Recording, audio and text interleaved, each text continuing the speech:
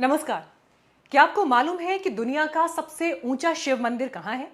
आप में से ज्यादातर लोग हो सकता है जानते होंगे, और जो नहीं भी जानते होंगे वो कम से कम इतना जरूर गैस कर लेंगे कि अगर हिमालय शिव शक्ति की धरा है और उनका परम स्थान है तो हिमालयी क्षेत्र में ही इस मंदिर के होने की संभावना सबसे ज्यादा है। खैर, आपको गूगल करने की जरूरत नहीं है। उत्तराखंड के गढ़वाल हिमालय क्षेत्र में रुद्रप्रयाग जिले में स्थित तुंगनाथ मंदिर भोले बाबा का सबसे ऊंचे स्थान पर यानी हाइट पर स्थित मंदिर है। अगर आपको जाने का अवसर ना मिला हो तो जरूर जाइएगा, ट्रैक करके भी जाना पड़ेगा। 12,800 फीट की ऊंचाई पर स्थित है तुंगनाथ मंदिर। हिमालय की खूबसूरत पहाड़ियों के बीच बसा ये मंदिर।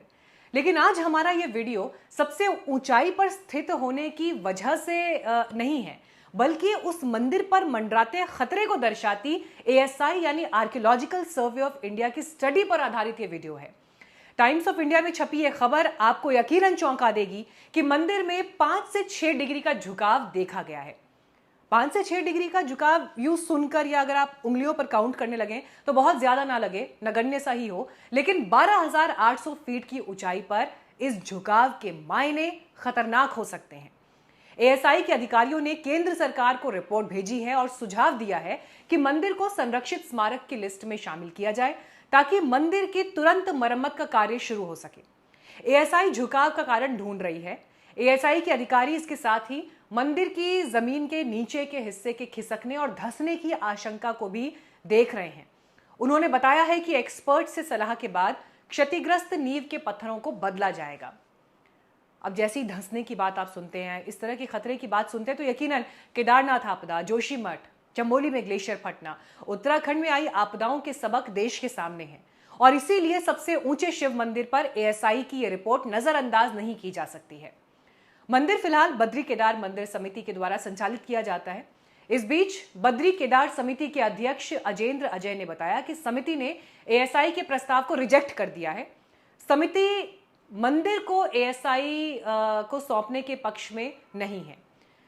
मंदिर समिति की चिंता भी समझी जा सकती है कि धार्मिक और तीर्थ स्थल के एएसआई के कंट्रोल में जाना और फिर किस तरह से हिसाब किताब चलेगा, शायद उन्हें यह ठीक ना लग रहा हो, और इसीलिए जरा मंदिर के इतिहास पर भी एक नजर डालते हैं।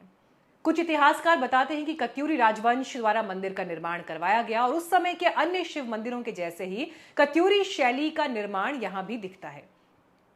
लेकिन मंदिर का धार्मिक और पौराणिक वर्णन कहता है कि पांडवों ने इस मंदिर का निर्माण करवाया था। दरअसल ये पूरा क्षेत्र केदार खंड है और तुंगनाथ मंदिर पंच केदार में से एक है। पंच केदार यानी 5 केदार, यानी भगवान शिव के 5 स्थान। केदारनाथ मंदिर, तुंगनाथ मंदिर, मदमहेश्वर, रुद्रनाथ और कल्पेश्वर महादेव। मान्यता है कि जब महाभारत के युद्ध में हुए रक्तपात और ब्रह्म हत्या के पाप का प्रायश्चित करने के लिए राजपाट अपने उत्तराधिकारियों को सौंपकर भगवान शिव की शरण में जाने का फैसला पांडवों ने किया तो उन्होंने काशी का मार्ग चुना, ये मानते हुए कि पुरातन नगरी काशी भगवान शिव की प्रिय और काशी विश्वनाथ धाम उनका स्थान है। लेकिन भगवान शिव पांडवों से खुश नहीं थे तो वो काशी से गढ़वाल हिमालय क्षेत्र में प्रस्थान कर गए। उन्होंने एक नंदी बैल स्वरूप धारण किया। पांडवों को मालूम चला तो वो भी भोले बाबा की खोज में वहां पहुंच गए। इस दौरान भीम की नजर गुप्त काशी यानी छिपी हुई काशी, भगवान शिव के छिपने की वजह से यह नाम गुप्त काशी पड़ गया, वहां पर एक बैल पर पड़ी और भीम पहचान गए कि ये तो शिव ही हैं जो बैल स्वरूप धारण किए हुए हैं। तो उन्होंने पीछा किया, भागे, झपट्टा मारकर बैल की पूंछ पकड़ ली, लेकिन बैल स्वरूप में शिव धरती में समा गए और फिर अलग अलग स्थान पर वो अलग अलग हिस्सों में प्रकट हुए। बैल की जो पीठ का हिस्सा था वो केदारनाथ में प्रकट हुए, भुजाएं तुंगनाथ में, चेहरा रुद्रनाथ में, नाभि प्रकट हुई मध्य महेश्वर में, और उसी हिसाब से देखिए नाम भी हैं, और केश यानी बाल प्रकट हुए कल्पेश्वर में। फिर पांडवों ने खुशी खुशी इन सभी स्थानों पर शिव मंदिरों का निर्माण किया, तप किया, आराधना की और प्रायश्चित किया।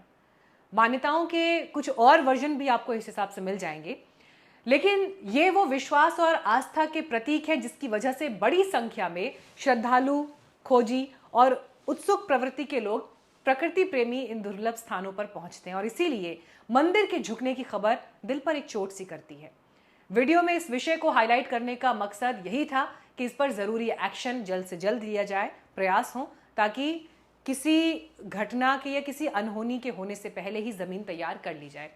वीडियो अगर पसंद आया हो तो और लोगों के साथ भी शेयर करें। अगर आप चैनल पर न्यूज़ बीट्स पर कंटेंट को पसंद कर रहे हैं तो हमें सपोर्ट कर सकते हैं। आप एज ए मेंबर चैनल को ज्वाइन कर सकते हैं या फिर सुपर थैंक्स खरीद के भी इस कंटेंट को सपोर्ट कर सकते हैं। बहुत शुक्रिया अपना समय देने के लिए। Thank you very much.